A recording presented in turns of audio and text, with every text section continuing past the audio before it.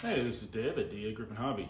Today we're going to take a look at my layout. I've had a train layout in here for quite a while, a few years, but I've done a lot of work over the last year. I redid the room, all the electric, lights, stuff like that. I built the open grid benchwork based on a design I had done on AnyRail and laying out the track on the floor to see what it looked like. After that, I laid foam on top of the grid work and did a final layout with the 027 track that I had, mostly 042, some 054. What I'm going to do now is pull all this track up, and I'm replacing it with track from Menards. I'm doing 054 all the way around the outside loop and 042 on the inside loop. This will enable me to run pretty much anything that I think I would end up running. I don't really have any plans for any scale equipment, no big boys or GG1s or anything like that. So if I am ever interested in more of the scale equipment, I'm sure I'll be ready to build a new layout anyway. So as I said, I'm switching from the 027 to the Ogauge from Menards. It's going to require a little bit of reworking. I'm hoping don't have to redo any of the tabletop. If I do, the bench work should be fine. I'm mostly concerned about the two ends and fitting the 054 without getting too close to the edge.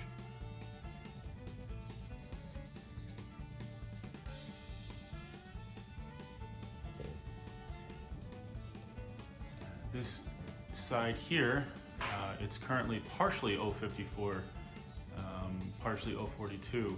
The outer loop is a combination of both because that's what I had when I started, and I was changing mostly from the 027 to the 042, so I figured it was good enough. But after running it for a few months, I realized there are some clearance issues, especially with the longer cars, the 2500 series passenger cars, the Trainmaster locomotive, the Bud car, the 400 Baltimore and Ohio Bud car. I've had some scrapes, so I'm going to redo this corner. The outer loop will be 054, and then the inner loop 042. The exact location of the inner loop will depend on how the outer loop fits. I need to make sure I have enough room. Most of the clearance issues I've had have been back against the wall there where the two tracks are too close together. Also, back in the corner there, I've had some issues. This is why I didn't secure the track down initially. I knew I'd be moving things.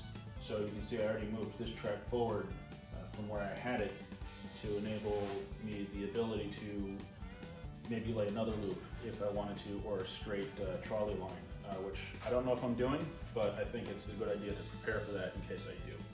So far the track's just been held down by short nails into the foam to keep it from moving. I committed to the river there, obviously, so I will have to continue to work on that and work that into the scenery. I really see that as being the valley portion of the layout, and then it goes up to mountains on both sides. I'm picturing a viaduct across the back for the second level. Lots of tunnels, lots of mountains. It's a little hard to visualize right now, but I'll get there at some point. And over on this side, I had intended this to be kind of like a train table area where I would have more of a town, but I'm going to build up the mountain there and work a town into it later. So my theory with the layout is I'm going to get the two main tracks in place, and then I'm going to build up the rest of the landscape with mountains and everything, and then cut whatever needs to be placed into it. So it will be an interesting procedure because I won't be making the scenery to fit the train layout or the town. I will be making everything else fit the scenery. That will be an interesting process.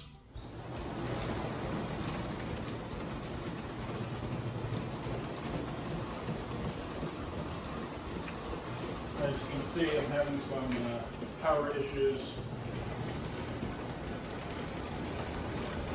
Dirty track, rusted pins, lack of feeder wires. So all that will be fixed with the new track.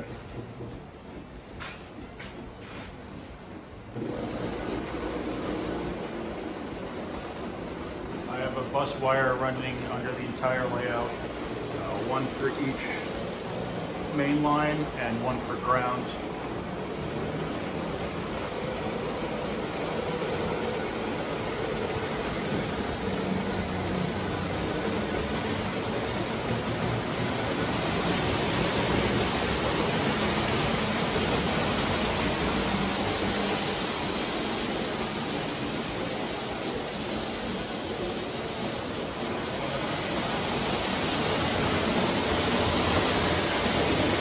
Interestingly, neither of these two trains is post-war, or neither two engines are. The cars are all post-war, but the engine, this one's the 8206 Hudson from 1972 to 1975.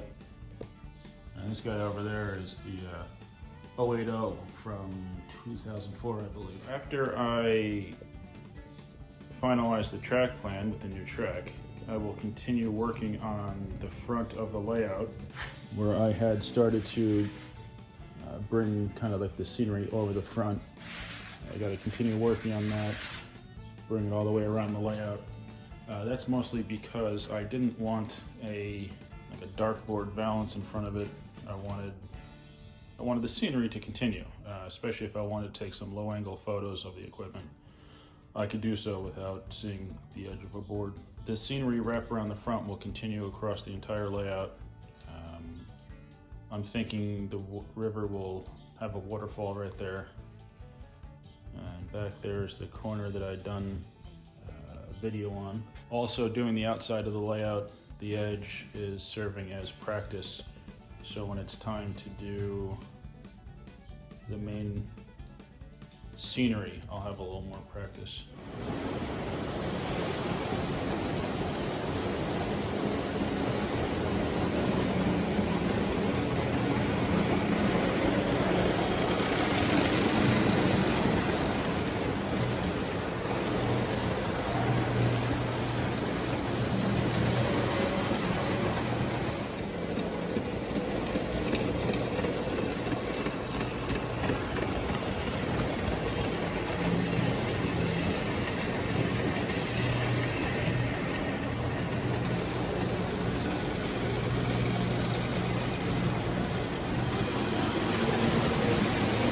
This is what the layout looks like. I set it up in AnyRail to get as good of an idea as I could before ordering the track. There really should only be minor changes between this and what it looks like when I'm done.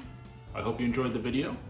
I'm going to be doing a lot of work on the layout, and I'm going to do my best to make videos of the progress. Please like and subscribe if you haven't already. I recently reached 400 subscribers. Thank you to every single one of you. I really appreciate the support. Feel free to reach out in the comments if you have any questions about the layout.